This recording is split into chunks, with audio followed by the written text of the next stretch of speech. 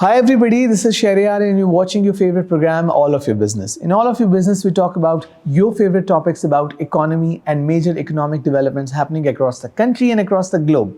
Without any further delay, let's speak to our guest, Mr. Mehtab Haider. Assalamu alaikum, sir. Walaikum assalam. How are you, sir? I am fine. Sir, my first question, it's not a question, it's a good news to me, and you are going to talk about it. Salaried class, they have paid over 266 billion income tax in the first half of the fiscal year 2025 to 2026. What are your thoughts about it, sir? Bismillah Rahman Rahim. Thank you very much for having me. Actually, in Pakistan, there are two sectors who are the victims of the higher tax burden. One is the formal manufacturing sector, and the second one is the widespread salaried class. The salaried class has coughed up 266 billion rupees in first 6 months of the current financial year. In last financial year, the salary class has paid out 550 billion rupees. So, in real numbers, the salary class has paid more taxes. Although there is a need to remind one thing that in the last budget, the federal government has reduced the first two or three slabs rate reduction of 2.5%. But it was a meager amount of reduced taxes. Now the time has come when there is a need to provide some kind of relief to both the manufacturing sector, which is in the tax rate, and second is the salary class. Now the government is going to prepare the next budget. Its preparation will kickstart in the second half, probably from February, March. And it is hoped that through broadening of the tax base, the tax rates, both for the formal manufacturing sector and the salaried class, will be reduced in the next budget. Right, right. So Pakistan's central government debt has risen to rupees 77.5 trillion in November 2025. So that's a huge number. So what do you have to say about it? Total central government's debt. The debt shows that there is a fiscal gap.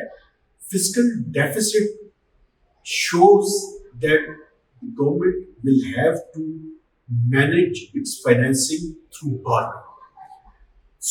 But in Pakistan, there is one bad story and there is a good story.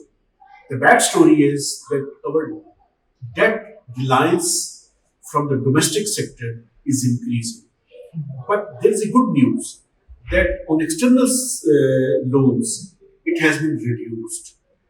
And it is a good story. Why? Because our reliance on dollars in terms of increasing borrowing has reduced. Although our total external debt is hovering around over $100 billion. To be exact, it's $103 billion. But our domestic debt, which is in rupees, it's increasing. Although the government has managed its fiscal accounts up to the mark, and it's within the fiscal framework agreed within the IMF.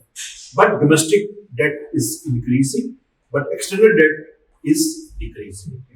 And it is also a result of the overall stability in the exchange rate.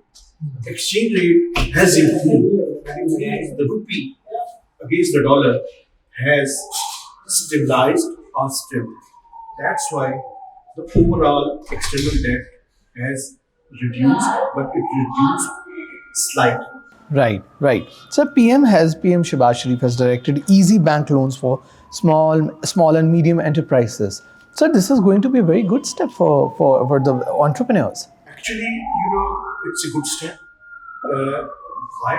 Because no country or no large scale manufacturing can increase its real growth momentum without boosting the small and medium enterprises. And small and medium enterprises, their major burden or problem is in shape of finance. So there is a need that the banks should divert their envelope towards SMEs, but SMEs are unable to secure financing mainly because they don't have any collateral. So there is a need to provide an enabling environment to promote SMEs in Pakistan. And if we want to promote high growth trajectory, it is essential to provide easy loan access to small and medium enterprises in Pakistan. Right, sir. So there is a good news. I would call it a good news and major relief. I see it as a major relief, sir. All Pakistanis are get to relief in the electricity bills this year. Sir, what does this mean, and what do you think about it? Actually, the government has imposed a levy on captive power, and there is a proposal to increase this levy, and with additional resources, it will be provided relief to the consumers of electricity. Why it is important? It is important mainly because the solarization is increasing in Pakistan, and there is a need to provide relief to all those consumers who are connected with the national grid. And it is important to reduce the electricity tariff in Pakistan. And we have abundant electricity, and especially during the winter season when the power consumption decreases significantly.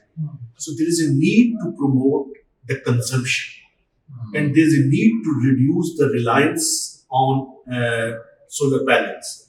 So it is important to reduce the electricity tariff. That's why the government is moving towards that direction. Right. Sir, our favorite question about the gold. Gold prices are continuing to rise. However, the silver prices have hit the new high. So, are we going to see the silver replacing gold and gold becoming something else? I don't think that it's going to replace the gold.